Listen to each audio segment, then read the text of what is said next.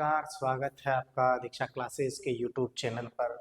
तो दोस्तों, पिछली क्लास में हमने राजस्थान की सभी प्रतियोगी परीक्षाओं से संबंध रखने वाले रीजनिंग सब्जेक्ट का एक यूनिट स्टार्ट किया था, कोडिंग और डिकोडिंग। और आज जहां तक हो सकता है आज इस यूनिट के सभी प्रश्नों को हम कर लेंगे, क्योंकि हमने पिछली 2 से 3 क्लास आपको बता दी। आज लास्ट क्लास रहेगी, काफ़ी लंबी क्लास रहेगी। तो देखिए, रीजनिंग से संबंधित सवाल आपकी परीक्षाओं में पूछे जाते हैं और यूनिट है आपका कोडिंग और डिकोडिंग, सांकेतिक भाषा। कौन सा यूनिट है? सांकेतिक भाषा। तो देखिए, इसका पहला जो सवाल है आपके सामने, किसी कूट भाषा में मंकी को X D J M N L लिखते हैं तो टाइगर को क्या लिखा जाएगा? ये आपका सवाल है और 4 ऑप्शन आपके सामने हैं। तो देखिए दोस्तों, 4 ऑप्शन के आधार पर हम इन्हें करेंगे। तो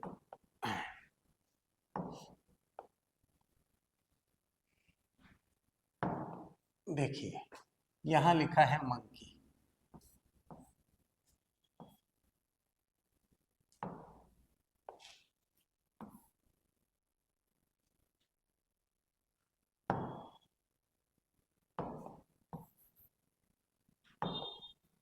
हाँ, देखिए दोस्तों, एम ओ एन के ई वाई, ठीक है। मंकी को इसने क्या लिखा है? मंकी को लिखा है X D J M N L. तो टाइगर को, तो किसको?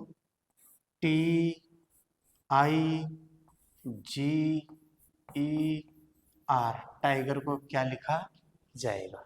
ये आपका सवाल है। तो इसमें ध्यान देना है दोस्तों, सबसे पहले अपने को इन सभी का क्रमांक लिखना है। बोले तो हमने अल्फाबेट्स का क्रमांक बताया था, तो ये जैसे अल्फाबेट का क्रमांक यहाँ मैं कह सकता हूँ 13, 15, 14, 11, 5 और 25। इसी प्रकार यहाँ 24, यहाँ 4, यहाँ 10 और ये 10 है। फिर उसके बाद में यहाँ 13 है, यहाँ 14 है और यहाँ 12 है। अब आपको देखना है कि कौन सा कैसे नियम लग रहा है, उसके अकॉर्डिंग फिर हम इस क्वेश्चन को कर पाएंगे। तो देखिए, मेरे बिहाफ पे यहां से अगर मैं एक इस तरफ जाता हूं तो -1 हो रहा है, ठीक है। 5 -1 हो रहा है, 11 -1 हो रहा है, 14 -1 हो रहा है, फिर 15, फिर ये -1, 14 और 13 तो -1। इसका मतलब पीछे से अपने को स्टार्ट करना है। लास्ट वाला फर्स्ट में आएगा, लेकिन एक माइनस करके आएगा जो आपके सामने है। तो सेम यही तरीका अपने को यहाँ फॉलो करना है। टी टी 20 नंबर पे है, आई 9 पे है, जी 7 पे है, ई 5 पर है और ये 18 पर है। अब आपको पता है लास्ट वाला फर्स्ट में आएगा, लेकिन -1। It means 18 -1 17। 17 पे क्या आएगा दोस्तों? क्यू, ठीक है। 5 में से 1 माइनस करोगे तो 4, 4 पे आएगा डी, ठीक है। फिर 7 में से 1 माइनस किया जाएगा 6 और 6 पे क्या आएगा दोस्तों? एफ, ये -1। सॉरी, यहाँ क्या करना था आपको? -1 करना था। ये देखिए दोस्तों, यहाँ से यहाँ गए -1, यहाँ से यहाँ गए तो -1 और यहाँ जी से यहाँ तो -1। और अब आई से -1 करेंगे तो आई 9 पे है तो एच 8 पे है तो -1। फिर यहाँ 20 में से 1 घटाएंगे तो 19 और 19 पे आता है आपका एस, ये -1।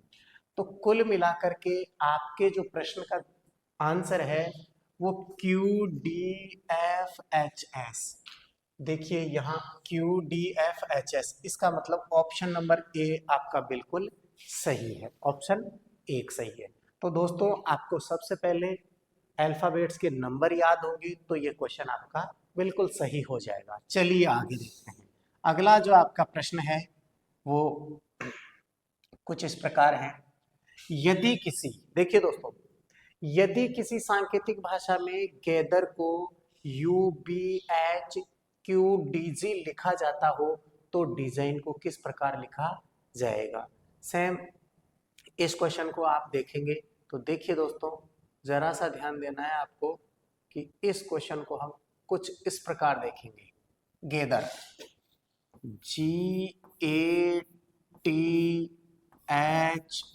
GATHER, और गैदर को क्या लिखा गया है,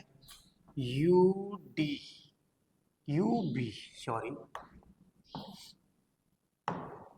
UBHQDG लिखा गया है। ठीक है, तो आपको बताना है डिजाइन, DESIGN को आप क्या लिख सकते हैं या क्या लिखेंगे। चार ऑप्शन आपके पास अवेलेबल है, पांचवा भी है, इनमें से कोई नहीं। तो अब देखिए, सबसे पहले आपको इनका वही नंबरिंग याद करना है, 7, 1, 20, 8, 5 और 18। तो इसी प्रकार 21, 2, 8, 17, 4 और ये 7, ये नंबरिंग है। अब आप जरा ध्यान दीजिए कहाँ क्या करना है अपने को। 18 + 3 21, 5 - 3 8 और 8 नहीं, ये नियम नहीं लगेगा। इसका मतलब यहां देखिए कौन सा नियम लग सकता है। यहां देखिए 21 और 7 नो, और देखिए कोई ऐसा नियम बी,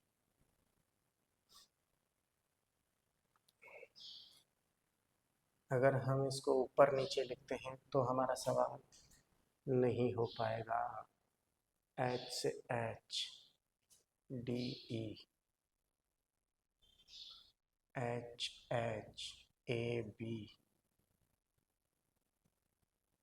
और देखिए कौन सा नियम यहाँ लग सकता है। हमें बढ़िया से, अगर यहाँ से यहाँ गए तो प्लस क्या किया हमने,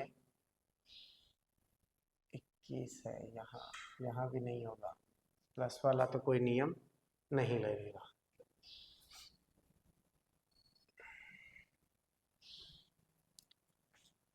इनको ऊपर नीचे रख करके देख लेता हूँ एक बार। UBHQD और Z, तो देखिए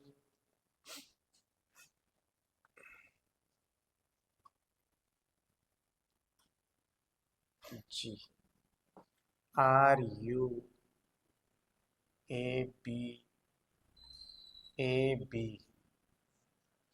अच्छा,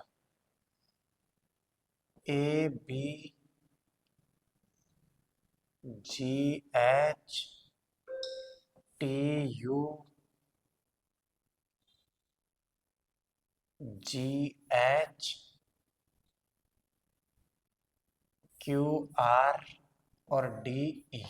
देखिए दोस्तों, ये नियम यहां लगेगा।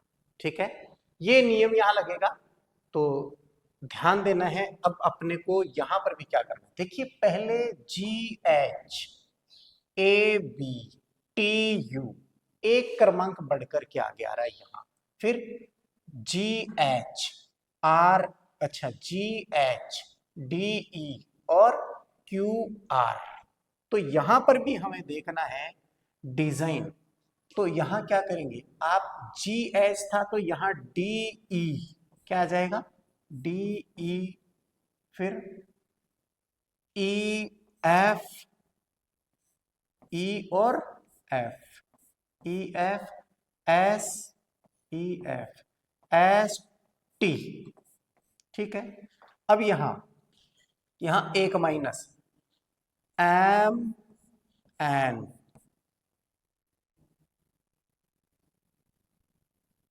एफ जी एच आई, तो ये इसका आंसर क्या होगा? T F E M F H. ये आपको ध्यान रखना है, ऑप्शन देखना है आपको, ऑप्शन में कहीं अवेलेबल है क्या? T F E M F H, option number C, option T F E M F H, option number C आपका बिल्कुल सही है। ठीक है दोस्तों, आ जाएगा। थोड़ा सा आपको ध्यान देना है कि जरूरी नहीं है आगे क्रमांक हो, प्लस हो रहा है या माइनस हो रहा हो, क्रॉस में भी आपके क्वेश्चन का आंसर आ सकता है, जो हमने अभी किया। अगला प्रश्न देखिए। अगला प्रश्न है दोस्तों, किसी कक्षा में रवि का दाईं ओर से, किसी कक्षा में रवि का दाईं ओर से 37वां स्थान है। यदि कक्षा में कुल 80 छात्र हो तो उसका बाईं ओर से कौन सा स्थान होगा? तो दोस्तों ऐसे प्रश्नों को करने के लिए मैं आपको 3 फॉर्मूले बताने जा रहा हूं, जिनका आपको विशेषतः ध्यान रखना है। और वो ध्यान क्या रखना है? देखिए, कक्षा में पहले तो पहला जो फॉर्मूला आपका है, कुल विद्यार्थी बराबर, इसमें आप कह सकते हैं कि यहां दायां स्थान प्लस बायां स्थान और -1, ये आपका फॉर्मूला नंबर 1। अर्थात इस टाइप के क्वेश्चन में किसी कक्षा में या किसी प्रेयर की किसी पंक्ति में आपको कहा जाता है कि दाईं तरफ से और बाईं तरफ से 2 स्थान आपको दिए हुए हैं। दायां दे रखा है मतलब आगे से और पीछे से स्थान दे रखा है, तो आपको टोटल नंबर ऑफ स्टूडेंट्स ज्ञात करने हैं, कुल विद्यार्थियों की संख्या ज्ञात करनी है। तो उसके लिए ये फॉर्मूला नंबर 1 काम आएगा कि कुल विद्यार्थी ज्ञात करने हैं, तो आगे से स्थान प्लस पीछे से स्थान और -1। इसका मतलब ये हुआ दोस्तों कि आगे से आप काउंटिंग कर रहे हैं और एक काउंटिंग पीछे से कर रहे हैं, एक बीच का विद्यार्थी ऐसा रहेगा जिसकी काउंटिंग दोनों तरफ से हो जाएगी, इसलिए उसको यहां माइनस किया जा रहा है। ठीक है, तो एक फॉर्मूला ये रहेगा। दूसरा जो फॉर्मूला है वो आपको ध्यान रखना है। अब आपको यहां पूछा जाता है, जैसे दाईं तरफ से दायां स्थान पूछ ले, अगर आपको दायां स्थान पूछे तो आपके प्रश्न में दिया होगा कुल विद्यार्थी, ये आपको दिया होगा, आपके सवाल में दिया हुआ होगा कुल विद्यार्थी माइनस बायां स्थान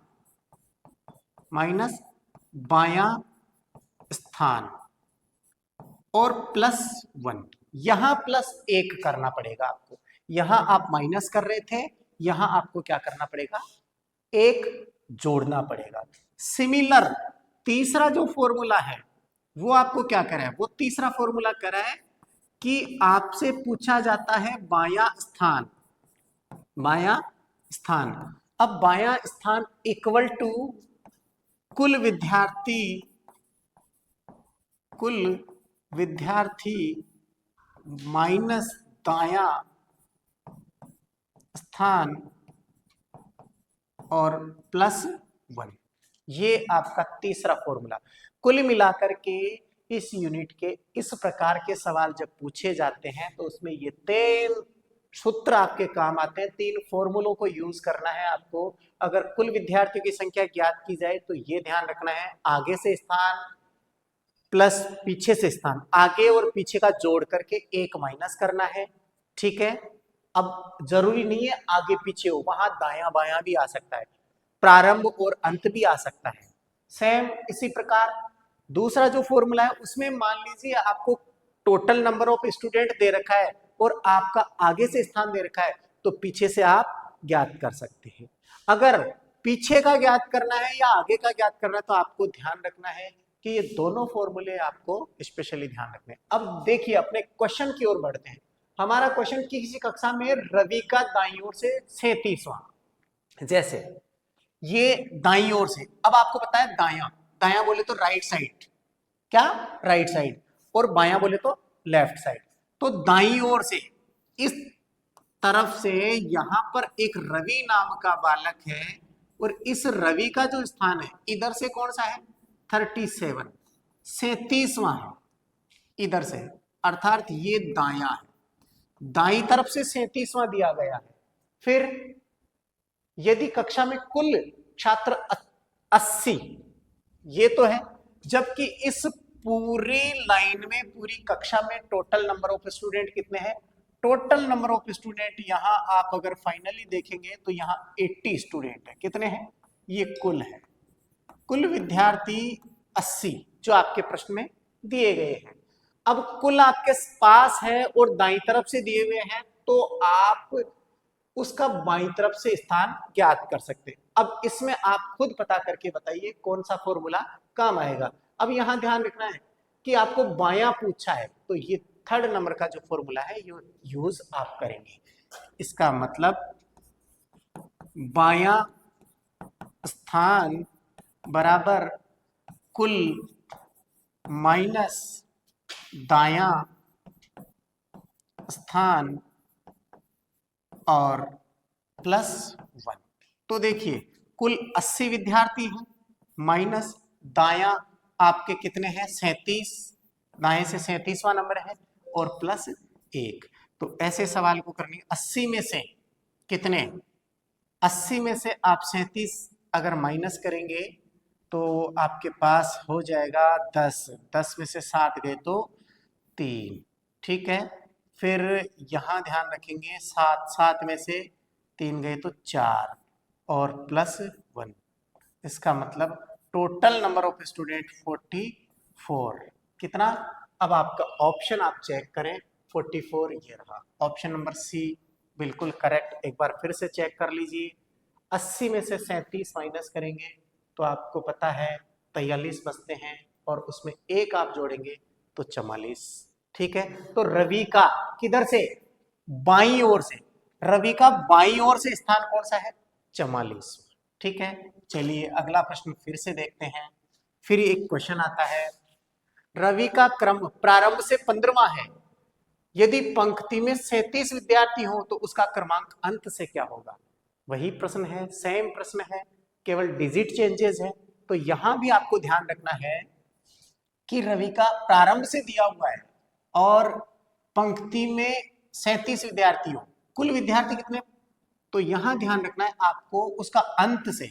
तो यहां सीधा सीधा अंत से स्थान, अंत से स्थान किसका, रवि का, रवि का अंत से स्थान बराबर कुल विद्यार्थी माइनस प्रारंभ से स्थान। कहां से, प्रारंभ से स्थान, प्रारंभ से स्थान, ये आपको ध्यान रखना है। तो दोस्तों ध्यान दीजिए, कुल विद्यार्थी आपके पास 37 है, माइनस प्रारंभ से आपका स्थान 15वां है और प्लस आपके फॉर्मूले के हिसाब से क्या करना है, अच्छा यहाँ कुल और +1, फॉर्मूले के हिसाब से +1 आपको करना पड़ेगा। तो दोस्तों यहाँ ध्यान देना है, 37 है, 37 में से 15 माइनस करोगे तो यहाँ आ जाएगा 2 और यहाँ आ जाएगा 2, ठीक है। ये 22 और +1, ये हो जाएगा टोटल 23। इसका मतलब रवि का अंत से जो स्थान है, रवि का अंत से जो स्थान है वो 23वां है। देखिए 23वां ये रहा, ऑप्शन नंबर सी फिर से बिल्कुल सही है। चलिए अगले प्रश्न की ओर बढ़ते हैं आगे। अगला प्रश्न आपका इजी है, ध्यान देना है। देखिए अगला प्रश्न आपसे क्या कह रहा है, बच्चों की एक पंक्ति में हरीश बाएं से 11वां, बच्चों की एक पंक्ति में हरीश नाम का जो बालक है वो बाएं से 11वां है और मंगेश दाएं से 17वां है। यदि वे दोनों अपना स्थान अदल बदल कर लें, बदल लें तो हरीश बाएं से 13वां होगा, तो मंगेश की दाईं ओर से नई स्थिति क्या होगी। ये काफी अच्छा क्वेश्चन है, इस क्वेश्चन को बड़े ढंग से देखना है। बच्चों की एक पंक्ति में हरीश बाएं से, अब यहां आपको ध्यान रखना है, हरीश बायां इट मीन्स ये आपका लेफ्ट हैंड जो है ना, ये बायां, बाई तरफ से ये बायां, बाई तरफ से हरीश का जो स्थान है वो 11वां है। ये हरीश, हरीश कौन सा है, ये 11वें नंबर पे आ रहा है हरीश। किधर से, बाई तरफ से, बायां, ठीक है, 11वें नंबर पे आ रहा है हरीश।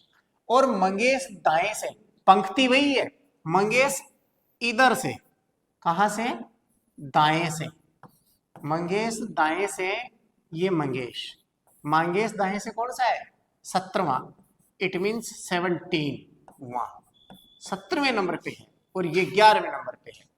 अब ध्यान दीजिए, यदि वे अपना स्थान बदल लें, इसका मतलब इसकी जगह ये आ जाए, इसकी जगह ये आ जाए, इसका मतलब ये जो था वो यहां आ चुका और ये जो था वो यहां आ चुका। तो अब देखिए यहां किसकी जगह, मंगेश वहां से उठकर यहां आ चुका है, जबकि हरीश उठ करके यहां आ चुका है। ये सिचुएशन होगी। अब इसने कहा है स्थान बदलने, तो हरीश बाएं से 13वां, हरीश, ये रहा हरीश, ये किधर से, बाएं से, बोले तो इधर से ही चेक करना है, इधर से ही बाएं से, ये कौन सा हो गया, 13वां हो गया, जबकि पहले हरीश बाएं से 11वां था, अब कितना हो गया, 13वां। इसका मतलब इसने जंप कर लिया कितने का, +2 का, +2 का जंप कर लिया, अर्थात 2 स्थान खिसक गया, तो ऑटोमेटिकली 2 स्थान ये भी खिसकेगा, ये भी 2 स्थान खिसक जाएगा। इसका मतलब 13वां है, तो मंगेश की दाईं ओर से स्थिति, तो ये इधर से 2 प्लस हो जाएगा, तो मंगेश 19वें नंबर पे आ जाएगा। कौन आ जाएगा, मंगेश 19वां, किधर से, दाएं से, ये रहा दाएं, ये इधर से, ये दाएं से, दाएं से, कौन, मंगेश, मंगेश दाएं से, और ये इस तरफ ये बाएं से, बाएं से कौन था, बाएं से 13वां आपका हरीश है, तो दाएं से 19वां आपका मंगेश है। देखिए दोस्तों, इसमें साफ साफ लिखा हुआ है कि बाईं तरफ से हरीश 11वां है और दाईं तरफ से मंगेश 17वां है, ठीक है। अब इस स्थिति में आगे कहा गया है कि दोनों ने अपना स्थान अदल बदल कर लिया, बोले तो चेंज कर लिया, मंगेश की जगह हरीश आ गया और हरीश की जगह मंगेश आ गया। जब ऐसी स्थिति आती है तो आपके सवाल में कहा गया कि जैसे ही स्थान बदलते हैं तो हरीश बाएं से, हरीश पहले बाएं से 11वां था, तो हरीश बाएं से अब 13वां हो चुका, अर्थात 2 सीट का जंप कर चुका है। तो 2 सीट का जंप मंगेश भी करेगा, तो 17 और 2 19, 19वें नंबर पे कौन आ चुका है, मंगेश आ चुका है। तो आपके ऑप्शन में देखिए 19वां ये रहा, ऑप्शन नंबर सी बोले तो यहां गलत टाइप हो गया ऑप्शन, ये बी है और ये आपका सी है, ये तो आपका बी है और ये सी है, तो ऑप्शन बी आपका बिल्कुल सही है, ऑप्शन बी सही है। चलिए आगे अगला प्रश्न देखते हैं। अगले प्रश्न की बात करें तो यहां ध्यान देना है, 25 बच्चों की एक पंक्ति में अतुल दाएं से 14, उसी पंक्ति में दिलीप अतुल के बाएं तीसरा है, तो पंक्ति में दिलीप का बाएं से कौन सा स्थान है। बहुत अच्छा सवाल है, जरा ध्यान देना है। 25 बच्चे, टोटल बच्चे कितने हैं, 25, 25 बच्चों की एक पंक्ति में अतुल दाएं से 14, अब ये दाया, दाया ये रहा, और दाएं से 14वें नंबर पे कौन है भाई, अतुल, ये अतुल दाएं से 14वें नंबर पे है। उसी पंक्ति में दिलीप, उसी पंक्ति यही है, उसी पंक्ति में दिलीप अतुल के बाएं, अब अतुल खड़ा है तो अतुल का बायां ये रहेगा, अतुल का बायां है, अतुल के बाएं तीसरा, बोले तो 1 2 और 3, अतुल के बाएं तीसरा कौन है, ये दिलीप है, ये दिलीप है। अब आप खुद बताइए, अतुल के बाएं इधर से ये तीसरा है, अतुल दाएं से 25 बच्चों की टोटल बच्चे 25 थे, 25 में से अतुल दाएं से 14वें क्रमांक पे है। अब कहा गया है कि अतुल के बाईं तरफ तीसरे, एक दो तीसरे नंबर पे दिलीप है, तीसरे नंबर पे दिलीप है, तो पंक्ति में दिलीप बाएं से कौन से स्थान पे होगा। अब इस दिलीप का पूछा गया है, ये तीसरा है ना, एक और ये दो और ये तीसरा है, ठीक है, ये तीसरा है किसके, अतुल के बाईं तरफ। अब तीसरा है, तो अब पूछा गया है कि दिलीप की बाईं ओर से स्थिति क्या है, दिलीप की बाईं ओर से स्थिति क्या है। तो दोस्तों आप सीधा सीधा ध्यान दो, पहले अतुल कितना था, 14, तो अब दिलीप जो है दाएं से 14 के बाद में 15, 16, 17वें नंबर पे, इसका मतलब पूरा क्रमांक देखें तो 17वां क्रमांक रहेगा दाएं से किसका, दिलीप का। तो वही फॉर्मूला आपके सामने लगने वाला है, कौन सा लगने वाला है, जरा ध्यान देना है कि आपको पूछा गया है बायां स्थान, बायां स्थान और किसका, दिलीप का, दिलीप का बायां स्थान बराबर कुल माइनस दायां और प्लस 1। तो ऐसे सवाल को करने के कुल आपके प्रश्न में दिया गया है कुल 25 है, और 25 में से अगर दाई तरफ वाले माइनस करेंगे कितना, दिलीप का दाया 17वां, ये 17 माइनस करेंगे और प्लस 1 करेंगे। तो दोस्तों 25 में से अगर 17 घटाते हैं तो 8 और 8 में 1 जोड़ दो 9। इसका मतलब दिलीप का बाईं ओर से 9वां स्थान है, दिलीप का बाईं ओर से 9वां स्थान है। देखिए 9वां, ये ऑप्शन नंबर बी बिल्कुल सही है, ठीक है। चलिए अगला प्रश्न आपका, अगले प्रश्न में आ जाओ आप। अगला प्रश्न है, किसी कतार में, वही पंक्ति, किसी कतार में समीर का बाएं से 32वां स्थान है, समीर का बाएं से 32वां स्थान है तथा समीर के दाएं 8वें स्थान पर अमन है, समीर के दाएं 8वें स्थान पर अमन है। यदि अमन का इस कतार में दाएं से 24वां स्थान हो तो कतार में कुल व्यक्तियों की संख्या ज्ञात करनी है।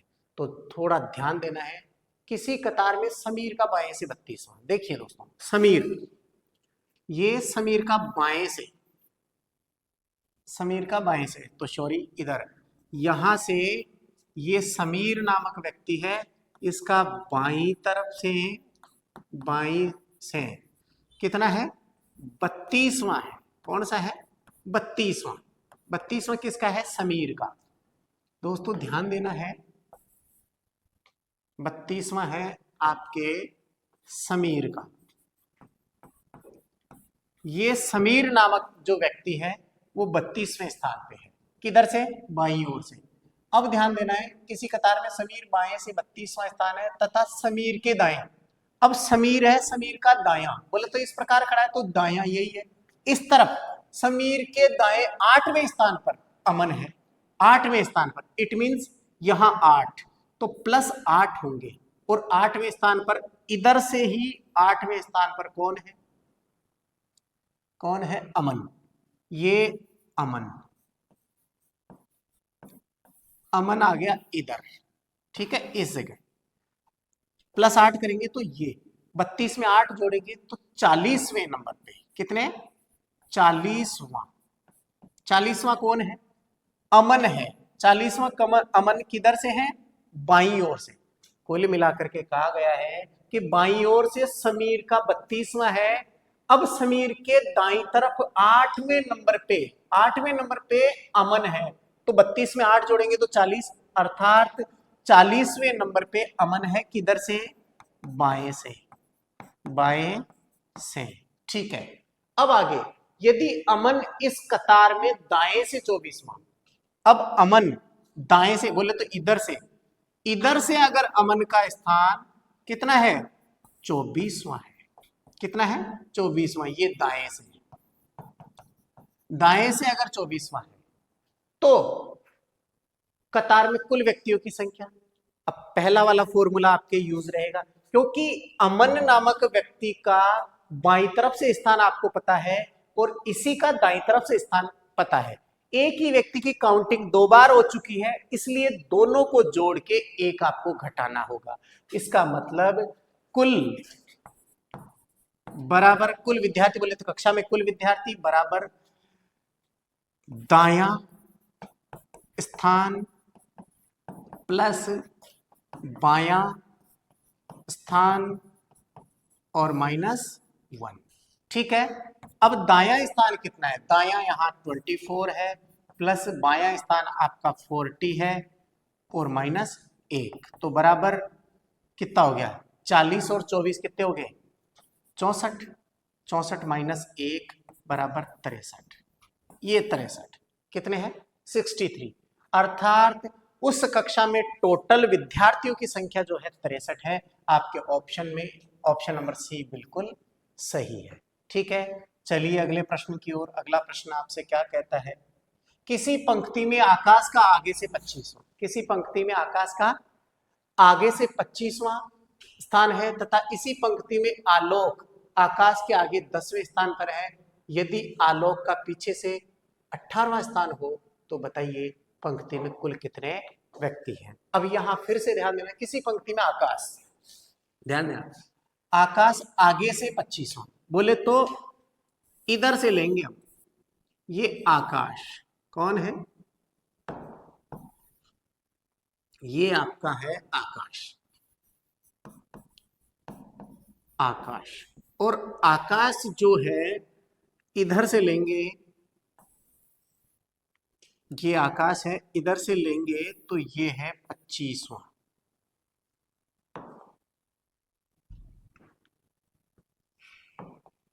ये 25वां। ठीक है, अब 25वां है तथा इसी पंक्ति में आलोक आकाश के आगे, आकाश के आगे, इसका मतलब आपको ध्यान देना है आकाश के आगे 10वें स्थान पर है। इसका मतलब इधर 10 लें अपन, आगे तो इस तरफ देंगे क्या, या इस तरफ, आकाश के आगे इधर। तो यहां अगर +10 करें तो 25 और 10 35वें स्थान पर, आकाश के आगे 10वें स्थान पर है, 10वें स्थान पर, तो ये 10वां स्थान है। तो इसका इधर से, किसका? आलोक का स्थान इधर से अगर काउंट करेंगे तो 35वां हो जाएगा। 25 और 10 35। ये 35वें नंबर पे है कौन? ये है आलोक। कौन है? आलोक। आलोक नामक जो व्यक्ति है, क्या कहा गया है कि आपके सवाल में कहा गया है कि किसी पंक्ति में आगे से आकाश, किधर से? आगे से आकाश 25वें नंबर पे है, आकाश के आगे, आकाश के आगे 10वें स्थान पर, आकाश के आगे 10वें स्थान पर यदि आलोक, अच्छा 10वें स्थान पर है, इसका मतलब इससे आगे 10, कितना हो गया? 35। अब 35वें स्थान पर इधर से है आगे से, और अब आलोक का पीछे से स्थान दिया हुआ है, आलोक का पीछे से 18वां स्थान है। पीछे से बोले तो इस तरफ से, इधर से आप देखेंगे तो इसी आलोक का 18वां स्थान है। कौन सा स्थान है दोस्तों? 18वां। ये 18वां है, ये पीछे से। अब आलोक की आगे से और पीछे से दोनों स्थितियां आपको दी हुई है, तो ऐसे सवाल में क्या पूछा गया है?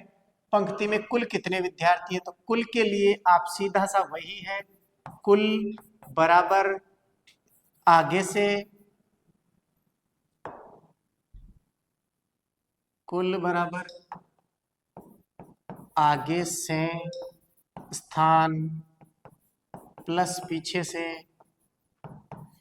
पीछे से और -1।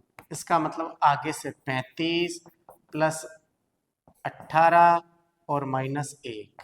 अब आप जोड़ेंगे तो 8 और 5 13 और ये 4 1 5 और -1, इसका मतलब 52 होना चाहिए। आपके ऑप्शन में कहीं अवेलेबल है क्या? इसका मतलब हमने समझने में थोड़ी मिस्टेक, क्योंकि आपको ऑप्शन में नहीं मिल रहा। ये जो 10वां जो क्रमांक है, इस सवाल को पढ़ने में हमने थोड़ी सी गड़बड़ की है कि आकाश के आगे, किसके आगे? आकाश के आगे। आकाश के आगे का मतलब हमने इस तरफ आगे ले लिया, जबकि आगे की तरफ इधर लेना है, तो -10 होगा दोस्तों। तो ये कुल मिलाकर के ध्यान देना है। थोड़ा सा यहां मैं कुछ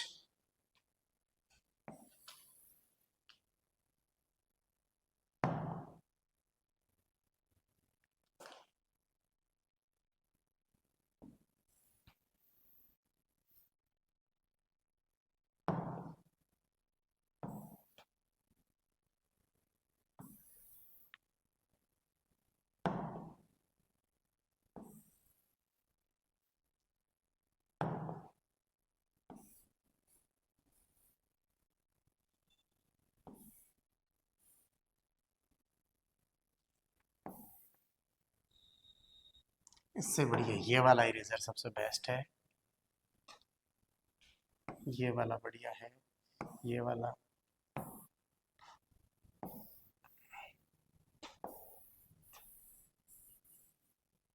ठीक है, अब देखते हैं दोस्तों ये कहना क्या चाह रहा है। आगे से बोले तो यहाँ ये जो 10 है ये हमें इधर प्लस नहीं करने हैं, ये 10 आपको, क्योंकि आगे से आकाश 25वें नंबर पे है, 25वां है। कौन सा है? 25वां है। अब 25वां है तो इस आकाश के आगे बोले तो इससे 10 कदम आगे, 10 कदम बोले तो इस तरफ अगर आगे से लेंगे तो 15वें नंबर पे यहां कौन रहेगा? ये इस 25 में से -10 करेंगे तो यहाँ 15 रहेगा, और 15वें नंबर पे कौन रहेगा? इधर से 15वें नंबर पे रहेगा आलोक। कौन रहेगा दोस्तों? आलोक। ये दिया हुआ है, जरा हमने समझने में थोड़ी मिस्टेक की है। आगे से, इसका मतलब आगे से आकाश का 25वां है और आकाश के आगे 10वें नंबर पे, मतलब इससे 10 पीछे करना है तो 15वें नंबर पे आलोक है। अब आलोक की आगे से 15वां रैंक है और पीछे से इसकी आलोक की दी हुई आपके सवाल में पीछे से रैंक दी हुई है आपकी 18वीं। इसका मतलब आलोक पीछे से कौन सा है? 18वां।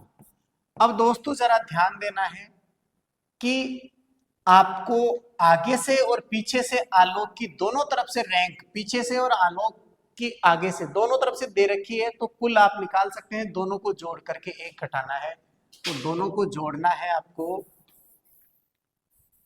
और फिर एक घटाना है, तो ये आ जाएगा कुल बराबर 15 प्लस 18 माइनस 1, 15 दूनी 30 और 3 33, 33 माइनस 1 बराबर 32वां। कौन सा स्थान है? 32वां। देखिए आपके ये रहा, इसका क्रमांक कौन सा है? 32वां। किसका? आलोक का पीछे से 18वां स्थान है। तो बताइए पंक्ति में कुल कितने व्यक्ति हैं? पंक्ति में कुल 32 व्यक्ति हैं। थोड़ा सा समझने का आपको ध्यान रखना है, हमने 10 पीछे ऐड कर दिए थे जबकि 10 माइनस करने थे। ठीक है, चलिए अगला प्रश्न। अगला प्रश्न आपको क्या कहता है? कुछ लड़कों के समूह में सभी लड़के उत्तर दिशा की ओर देख रहे हैं। कुछ लड़कों के समूह में सभी लड़के उत्तर दिशा की ओर देख रहे हैं, जिसमें सुधांशु बाएं से 12वें स्थान पर है। जब वह दाईं तरफ 4 स्थान आगे चला जाता है तो वह दाईं ओर से 18वें स्थान पर आ जाता है। उस समूह में लड़कों की कुल संख्या ज्ञात करनी है। अब थोड़ा सा ध्यान देना, कुछ लड़कों के समूह में सभी लड़के उत्तर दिशा की ओर, यहां ध्यान देना है। ये एक पंक्ति है और सभी का फेस जो है कुछ इस प्रकार है। सभी का फेस उत्तर दिशा की ओर है, जिसमें सुधांशु बाएं से, अब बायां ये है, इधर से अगर हम लेंगे,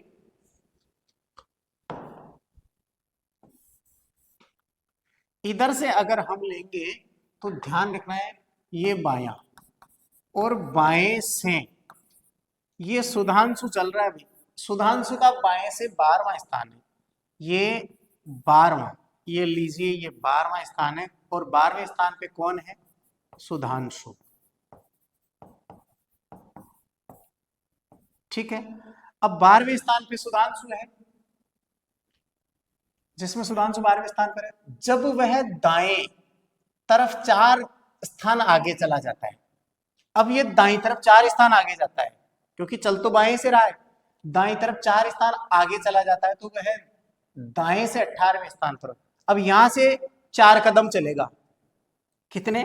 4 कदम, 1 2 3 और 4। यहां अगर सुधांशु यहां से यहां ट्रांसफर हो गया तो इधर से जो सुधांशु का स्थान है दाएं से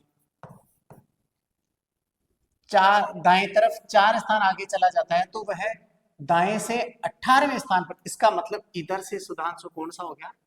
18वां हो गया। कौन सा हो गया? 18वां। कौन हो गया? यही सुधांशु। सुधांशु इधर 4 कदम चलता है तो दाई तरफ से 18वां हो जाता है, जबकि इधर 4 चलेगा तो बाई तरफ से कितना हो जाएगा? 12 और 4 16वें क्रमांक पे। इसका मतलब आपको ध्यान देना है कि सुधांशु नामक जो व्यक्ति है वो बाएं से अगर देखें, बाएं से, तो बाएं से टोटल 12 और 4 16वें नंबर पे आ गया, बाएं से 16वें पे।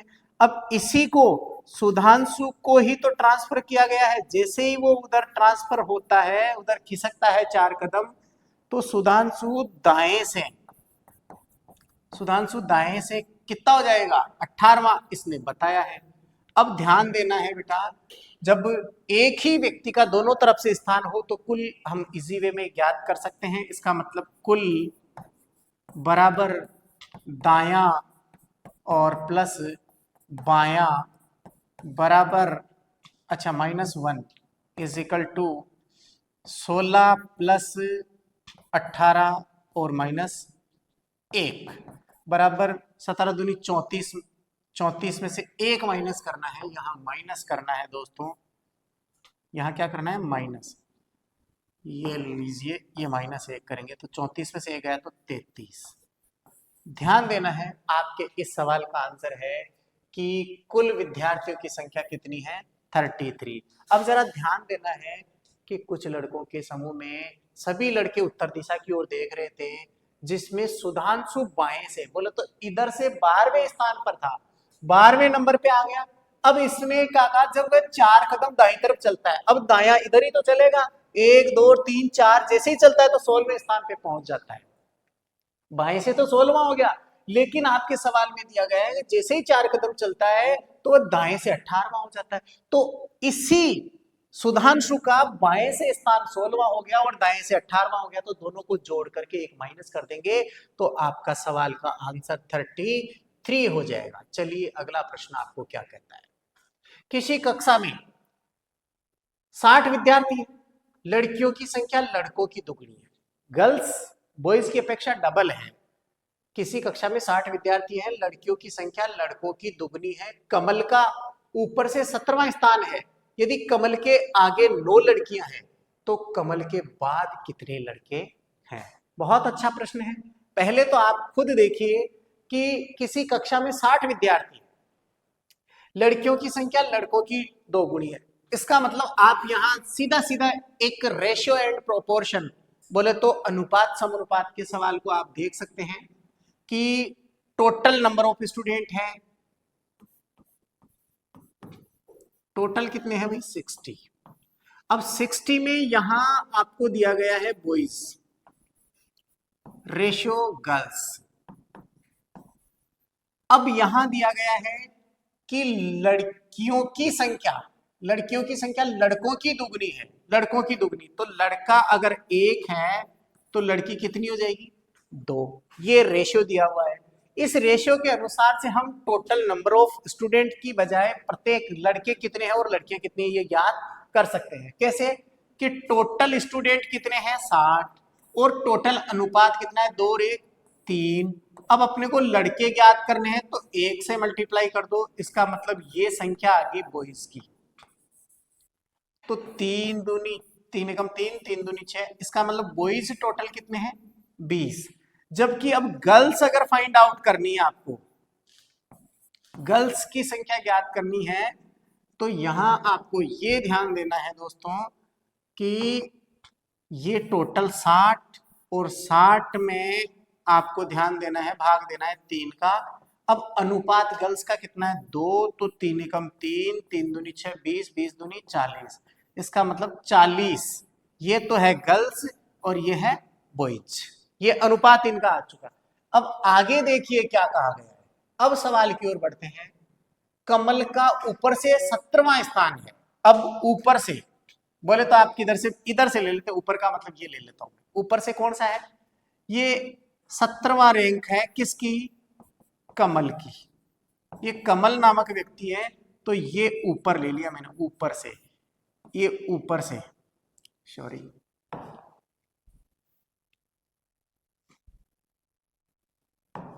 ये ऊपर से, कहां से, ऊपर से 17वीं रैंक है, ठीक है। अब आगे क्या कहा गया है, ऊपर से 17वां स्थान है, यदि कमल के आगे 9 लड़कियां हैं, अर्थात आपको ध्यान रखना इस कमल के आगे इधर इस तरफ कितनी लड़कियां हैं, 9। अगर इससे पहले अगर 1 2 3 4 5 6 7 8 और 9 मान लेता हूं, ये सभी क्या है, गर्ल्स है, ये गर्ल्स है, ठीक है। आगे की तरफ 9 गर्ल्स हैं, तो देखिए ध्यान देना है, पंखा चला लो, आप वाला पंखा चला सकते हैं, चला लो पीछे वाला, ठीक है। चलिए, कमल का ऊपर से 17वां स्थान है, यदि कमल के आगे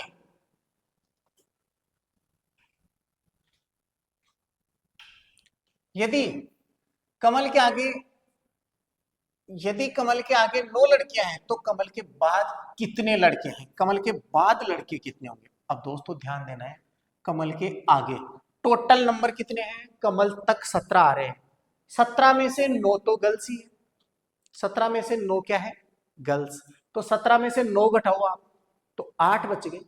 तो 8 लड़के, कमल को भी गिनोगे आप तो 8 लड़के कितने हैं, ये 9 गर्ल्स प्लस 8 बॉयज, ये कहां तक आ गए, कमल तक, कमल तक आ चुके हैं। अब टोटल बॉयज कितने हैं, यहां पूछा गया है कि कमल के बाद में कितने लड़के हैं, कमल के बाद में लड़के कितने हैं, तो हमने अभी लड़कों की संख्या यहां निकाली थी, लड़के आपके 20 हैं, जबकि 20 हैं, लड़के 20 हैं और लड़कियां 40 है, तो कमल से आगे बोले तो इससे पहले 9 तो लड़कियां हैं, और कमल सहित अगर कमल को भी ऐड किया जाए तो 8 लड़के हो गए, तो कमल के बाद में कितने लड़के बच गए, ये आपको 20 में से 8 माइनस करना है, तो इसका मतलब कमल के बाद में जो लड़के हैं वो टोटल 20 लड़के, 20 में से 8 आप घटाएंगे तो 12 बॉयज, 12 लड़के रह गए सर, ठीक है। तो यहां आपको थोड़ा सा ध्यान देना पड़ेगा कि पहले रेशियो एंड प्रोपोर्शन, अनुपात समानुपात के माध्यम से गर्ल्स और बॉयज की संख्या आपको फाइंड आउट करनी है, उसके बाद में आपको इस क्वेश्चन को पढ़ना है कि कमल कहां पर है और कमल से पहले कितने लड़के और लड़कियां हैं और कमल के बाद में कितने आएंगे। तो ये आपका सवाल था, इसमें आंसर आया आपका 12, ऑप्शन में ये रहा, ऑप्शन नंबर सी आपका बिल्कुल सही है। चलिए अगला प्रश्न, अगला प्रश्न हम देखते हैं। रीता की कक्षा में लड़कियों तथा लड़कों का अनुपात, रीता की कक्षा में लड़कियों तथा लड़कों का अनुपात 1:2 का है। ऊपर से रीता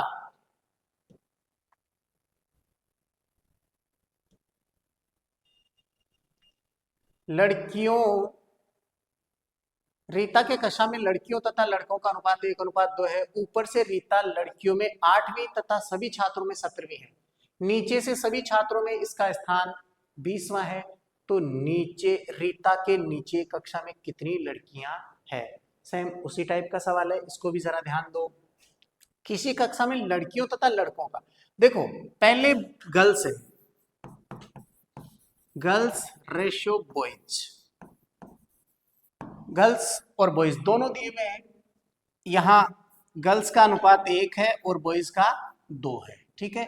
लड़कियों तथा लड़कों का अनुपात 1:2। ऊपर से रीता लड़कियों में 8वीं, अब मैं एक तरीके से ऊपर से ऐसे बना लेता हूं, ठीक है, ये वाला ठीक रहेगा। ऊपर से जो है रीता नाम की जो लड़की है लड़कियों में 8वीं है, ये केवल गर्ल्स में ये रीता जो है लड़कियों में 8वीं है। इसका मतलब इससे पहले 7 लड़कियां रह गई, इससे पहले अगर गर्ल्स की 7G बोले तो 7 गर्ल्स रह गई, 8वीं गर्ल्स कौन है? रीता। तथा सभी छात्रों में 17वीं। अब इसमें गर्ल्स में तो 8वीं है, लेकिन पूरी क्लास में बॉयज के साथ में मिक्सअप में अगर लेंगे तो ये इसकी रैंक हो जाएगी कौन सी? 17वीं, 17वीं है। अब आप बताइए, पूरे विद्यार्थियों में तो 17वीं रैंक है और 8वीं गर्ल्स खुद है, तो 17 में से अगर आप 8 घटाएंगे तो 9 क्या रहेगा इस तरफ? बॉयज। 9 क्या रह गए? बॉयज। तो ये 9 बॉयज। ठीक है, 7 गर्ल्स इससे पहले है और 9 बॉयज इससे पहले है। अब आगे, नीचे से सभी छात्रों में इसका स्थान 20वां है। इसी का नीचे से सभी छात्रों में, इधर से अगर लेते हैं तो नीचे से, ये तो ऊपर से है, ऊपर से, और अगर नीचे से बात करूं तो नीचे से इसका स्थान कौन सा है? 20वां। नीचे से 20वां है, नीचे से 20वां और ऊपर से 17वां। छात्रों में इसका स्थान 20वां है। तो रीता के नीचे कक्षा में कितनी लड़कियां हैं? अब रीता के नीचे कितनी लड़कियां हैं? अब दोस्तों सबसे पहले आपको यह फाइंड आउट करना है कि कक्षा में विद्यार्थी है कितने। पहली बात तो ये याद करना है, कक्षा में विद्यार्थी तो दिए ही नहीं ना, टोटल कितने हैं। आपको सबसे पहले टोटल याद करना है। अब टोटल के लिए रीता का ऊपर से स्थान प्लस नीचे से स्थान, तो कुल बराबर ऊपर से स्थान प्लस नीचे से स्थान, नीचे से स्थान और -1। तो देखिए ऊपर से कौन सा है? 17वां, और नीचे से कौन सा है? 20वां, और -1। तो ये 37 -1 बराबर 36। इसका मतलब उस पूरी कक्षा में कुल विद्यार्थी जो है वो कितने हैं? 36। अब 36 में से लड़कियां कितनी है और लड़के कितने हैं ये भी आपको पता करना है। तो देखिए, आपको बॉयज अगर आप चेक करेंगे तो 36 कुल विद्यार्थी बटे कुल अनुपात 2 और 1 3 इंटू बॉयज की अनुपात 2, 3 एकम 3, 3 एकम 3, 3 दूनी 6, 12 दूनी 24। तो कुल मिलाकर के 24 क्या है? बॉयज। बॉयज कितने हैं? 24। जबकि गर्ल्स की बात करें तो GIRLS girls is equal to 36 divided by 3 into ratio 1। ठीक है, तो एक बार में, ये 12 बार में, तो ये आपके आगे टोटल 12, और दोनों को मिलाते तो वही 36 हो रहे हैं। इसका मतलब लड़कियां 12 है और लड़के 24 है। अनुपात के हिसाब से हमने निकाल लिया। अब यहां क्या कहा गया है? यहां कहा गया है कि रीता के नीचे कक्षा में कितनी लड़कियां हैं। टोटल लड़कियां 24 है, नहीं, टोटल लड़कियां 12 है। टोटल लड़कियां कितनी है? 12। अब रीता, ऊपर से लेकर के रीता तक 8 लड़कियां आ गई, लड़कियों में 8वां स्थान है। इसका मतलब 12 में से 8 घटाएंगे तो रीता के नीचे की तरफ जो लड़कियां हैं वो 4 रह जाएगी। अर्थात ये आ जाएगा आपका 12 - 8 इज इक्वल टू 4। मतलब 4 क्या है? रीता के नीचे, रीता के नीचे लड़कियां कितनी है? 4। ऑप्शन में आपको चेक करना है या नहीं? ये रहा ऑप्शन नंबर ए, बिल्कुल सही है। ठीक है, ये आपको ध्यान रखना है। सवाल समझ में आ रहा है? चलिए अगला प्रश्न हम देख लेते हैं। अगला प्रश्न देखिए क्या कह रहा है। प्रकाश गीता से लंबा है। प्रकाश जो है वो गीता से लंबा है। अब इस सवाल को जरा ध्यान दे करके आप ध्यान से समझिए। यहां प्रकाश गीता से लंबा है। चलो मैं थोड़ा सा यहां, ये प्रकाश नामक व्यक्ति है। प्रकाश किससे लंबा है? ये प्रकाश है गीता से लंबा है। इसका मतलब गीता कहीं ना कहीं नीचे होगी। लंबे व्यक्ति को मैं ऊपर ले रहा हूं। ठीक है, अब प्रकाश, ये सेंटेंस था प्रकाश गीता से लंबा है जो हमने बना दिया। अमर प्रभात से लंबा है। अब इस लाइन को कुछ देर के लिए आप छोड़ दें क्योंकि इसका रिलेशन इससे नहीं बन रहा है, लेकिन उतना लंबा नहीं है जितना कि गीता है। अब यहां देखिए, अमर प्रभात से लंबा है, अमर जो है प्रभात से लंबा है, इसका मतलब यहां बना सकते हैं ये अमर, अमर किससे, प्रभात से, ये प्रभात, ये दोनों के लिए तो ये बनेगा अमर प्रभात से लंबा है, ठीक है। लेकिन एक कंडीशन दी हुई, लेकिन उतना लंबा नहीं है जितना कि गीता है। इसका मतलब गीता से तो छोटे ही हैं, तो इसका मतलब ऊपर अमर रहेगा, ये अमर, और अमर से नीचे प्रभात रहेगा। अमर से नीचे कौन रहेगा, प्रभात रहेगा। ये 4 व्यक्ति आ चुके हैं। अब आगे, प्रबोध प्रकाश से लंबा है। प्रकाश से लंबा कौन है, प्रबोध, ये प्रबोध, प्रबोध किससे लंबा है, प्रकाश से भी लंबा है, लंबा है तो ऊपर आएगा। इनमें से सबसे छोटा कौन है। अब दोस्तों आपके सामने ये 5 व्यक्ति दिए हुए हैं, हमने बहुत अच्छे से जमाया है। साफ कहा गया है कि प्रकाश गीता से लंबा है तो लंबे व्यक्ति को ऊपर रखा, छोटे को नीचे रखा। अगली लाइन में लिखा हुआ है अमर प्रभात से लंबा है लेकिन उतना लंबा नहीं है जितना कि गीता है। इसका मतलब ये दोनों गीता से तो नीचे आएंगे। हो सकता था आप इसको, अगर वो कंडीशन नहीं देते तो इसको ऊपर भी रख सकते थे, लेकिन कंडीशन दी है उसने कि गीता से तो छोटा है, तो इसलिए ये ध्यान रखना। ये हो गया। अब लास्ट में कहा गया कि प्रबोध जो है प्रकाश से लंबा है। अब आपका फाइनल उत्तर पूछा है इसने, सबसे छोटा कौन है, तो सबसे छोटा प्रभात है। सबसे छोटा कौन है, प्रभात। ये ऑप्शन आपका सही है। ठीक है दोस्तों, चलिए अगला एक और प्रश्न लेते हैं हम। बी से ए अधिक अमीर है, बी से ए अधिक अमीर है, ए से सी अधिक अमीर है, सी से डी अधिक अमीर है, ई सबसे अधिक अमीर है।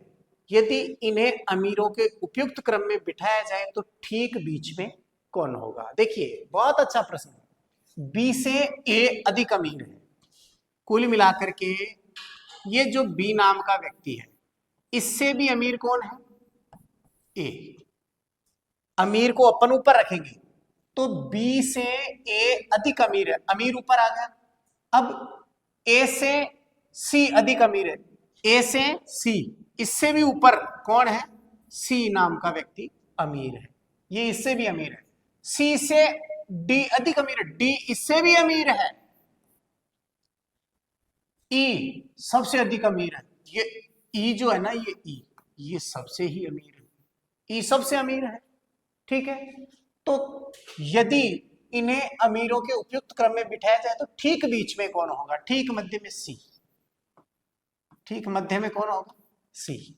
ठीक है, ध्यान देना है, साफ शब्दों में कहा गया है कि बी से अधिक अमीर है ए से अमीर है सी से अमीर है डी, और सबसे अमीर है ई, तो इनके बीच में कौन है, बीच में सी।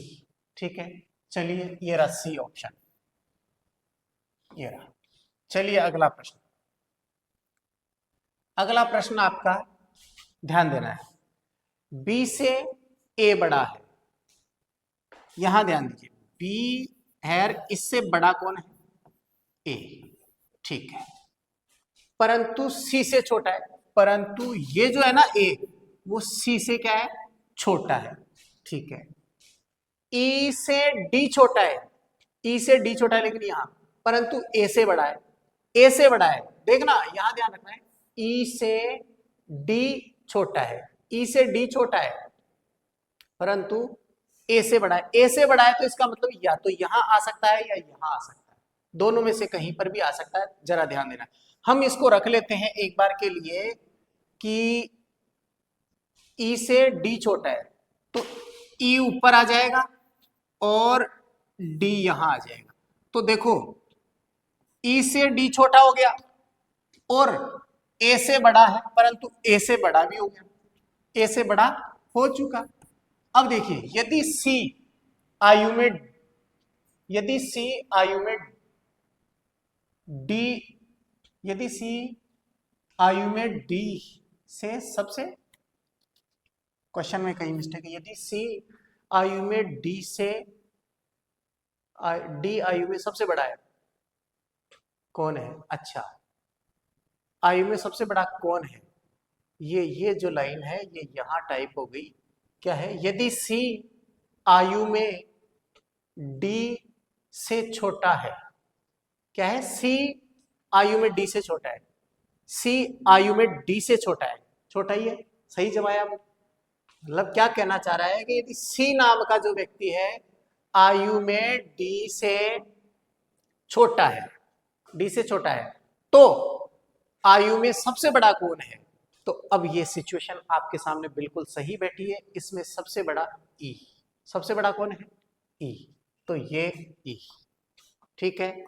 थोड़ा सा प्रिंटिंग मिस्टेक है, यहां से पढ़ना है आपको। यदि सी आयु में डी से छोटा है तो बताइए आयु में सबसे बड़ा कौन है? सबसे बड़ा ई है, सबसे बड़ा ई है। ठीक है दोस्तों, ये हो गया। चलिए अगला प्रश्न आपका। 40 लड़कों की एक पंक्ति में मधु बाएं छोर से, 40 लड़कों की एक पंक्ति में मधु बाएं छोर से 18वें और संधु दाएं छोर से 11वें स्थान पर है। मधु और संधु के बीच कितने लड़के हैं? जरा ध्यान देना है। टोटल नंबर ऑफ स्टूडेंट यहाँ क्लास में दिए हुए हैं कि 40 लड़कों की एक पंक्ति में मधु बाएं छोर से 11वां, यहां से ये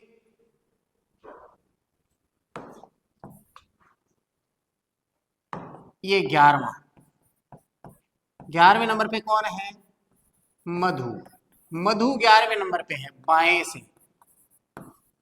बाएं से 11वें छोर पे है। मधु बाएं छोर से 40 लड़कों की एक पंक्ति में मधु बाएं छोर से 18वें है। सॉरी, कौन सा है? 18वां क्रमांक है बेटा,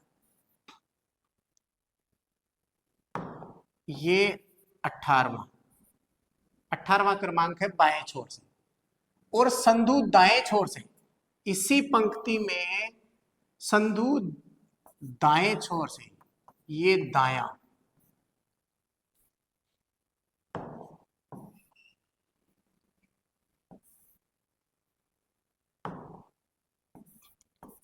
ये आपका दाया, और दाएं से कौन से? संधु दाएं छोर से 11वें नंबर पे कौन सा है? 11वां क्रमांक है किसका? संधु नामक बालिका का। संधु इधर से 11वें और मधु इधर से 18वें स्थान पे है। और टोटल विद्यार्थी कितने हैं? 40, टोटल 40 है।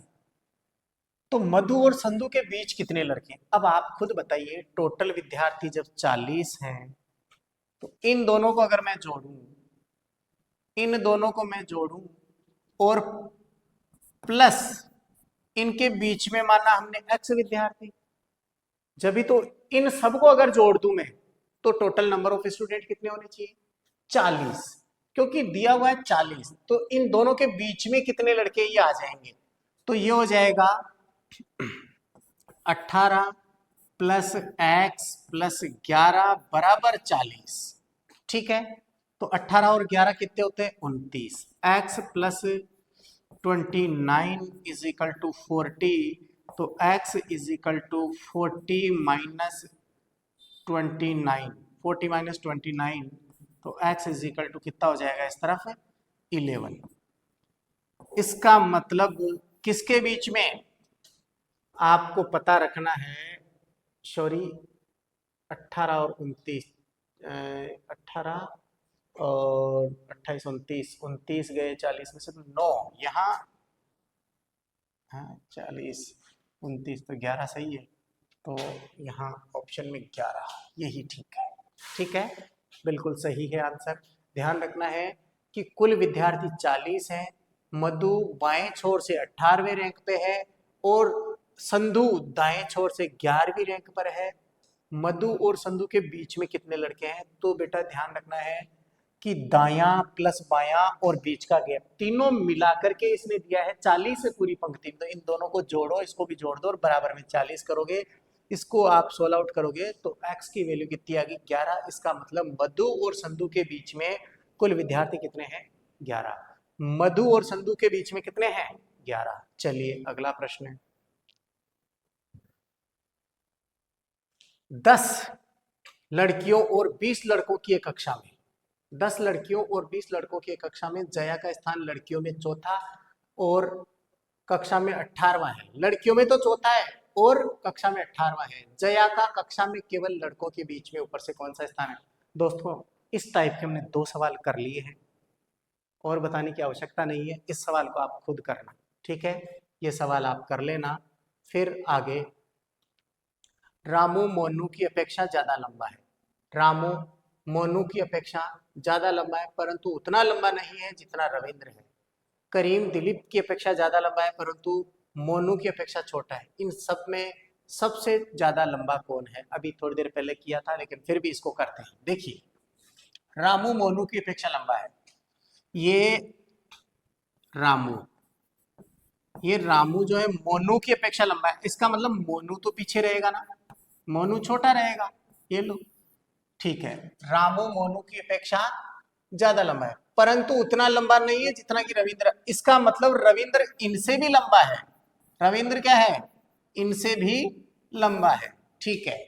अब आगे, करीम दिलीप की अपेक्षा ज्यादा लंबा है परंतु मोनू की अपेक्षा छोटा है। अब मोनू से छोटा, मोनू से छोटा इसका मतलब नीचे आएगा, मोनू से छोटा है। करीम दिलीप की अपेक्षा ज्यादा लंबा है। अब करीम जो है ना, ये आ जाएगा करीम, ये करीम दिलीप से किससे लंबा है? कहा गया है साफ साफ कि करीम दिलीप की अपेक्षा ज्यादा लंबा है, दिलीप से लंबा है परंतु मोनू की अपेक्षा छोटा है, अर्थात मोनू से छोटा है, ठीक है। अब आगे, इन सब में सबसे ज्यादा लंबा कौन है? अब दोस्तों सबको पता है सबसे ज्यादा लंबा तो कौन है? रविंद्र। इसका मतलब इस सवाल का प्रश्न आंसर जो है वो रविंद्र रहेगा। ए ऑप्शन बिल्कुल सही है, ठीक है। चलिए आगे, अगला सवाल। एक पंक्ति में बच्चे उत्तर की ओर मुंह करके खड़े हैं। एक पंक्ति में बच्चे उत्तर की ओर मुंह करके खड़े हैं। इनमें भरत दाएं से 11वां तथा समीर दाएं से तीसरा है, जो कि बाएं से 15वां है। तो पंक्ति में कुल कितने बच्चे हैं? बहुत इजी है, हमने खूब ऐसे सवाल किए हैं लेकिन फिर भी देख लो, पंक्ति में सभी बच्चे उत्तर की ओर फेस करके खड़े। ये बच्चे हैं, सबका फेस उत्तर की ओर है। इनमें भरत दाएं से, इधर से 11वां, इधर से हम लेंगे तो ये 11वीं रैंक किसकी है भाई? भरत की। ये भरत की 11वीं रैंक है, ठीक है। इधर से, ये तीर का निशान आपको बता रहा हूं, इधर से बोले तो दाएं से, दाएं से 11वां है तथा समीर के दाएं तीसरा है। अब देखना इसी को क्या गया है, इसमें भरत दाएं से 11वां है, भरत दाएं से 11वां है तथा समीर के दाएं तीसरा है। अब समीर यहां कहीं होगा, ये समीर है। अब समीर के दाईं तरफ तीसरा है, इसका मतलब इधर से पहला, दूसरा और ये तीसरा, ये 1 नंबर है, ये 2 नंबर है और ये तीसरे नंबर समीर के। क्योंकि ये व्यक्ति कौन है? ये समीर, क्योंकि सवाल में साफ कहा गया है समीर के दाईं तरफ तथा समीर के दाएं तीसरा है। तीसरा हो गया ना, पहला, दूसरा और तीसरा, जो कि बाएं से 15वां। अब ये जो समीर है, ये जो समीर है, ये बाएं से कौन सा है? 15वां है, बाएं से 15वां। किधर से? बाएं से। अब दोस्तों जरा ध्यान देना है, ये क्या कहना चाह रहा है कि किसी कक्षा में, किसी पंक्ति में सभी बच्चे उत्तर की ओर फेस करके बैठे हुए हैं, खड़े हैं। इनमें भरत जो है दाएं से, अगर दाया इधर से लेंगे तो 11वें रैंक पे है, 11वीं रैंक पे है तथा समीर के दाएं तीसरा है। अब समीर जहां पर भी बैठा है उसके दाई तरफ ये जो बैठा है ना, 11वां स्थान आ रहा है, तो ये यहां से तीसरे रैंक है, पहली, दूसरी और तीसरी रैंक है किसकी? भरत की। किसके? समीर के दाई तरफ। आगे कहा है जो की बोले तो ये समीर, समीर कहाँ है? बाएं से 15वां, इधर से 15वां है। इधर से कौन सा है?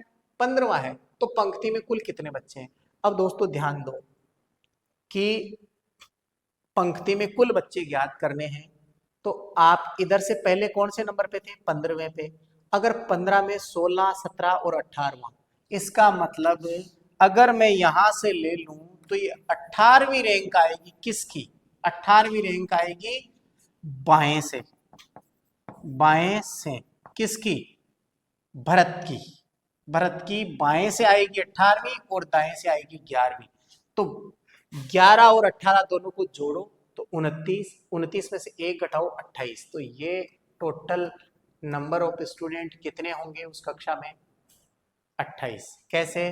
ध्यान देना है कि दायां और बायां 11 प्लस 18 माइनस 1 बराबर 11, 18 29 माइनस 1 बराबर 28। कुल मिलाकर के इस पूरी कक्षा में विद्यार्थियों की संख्या 28 है। ये कैसे है?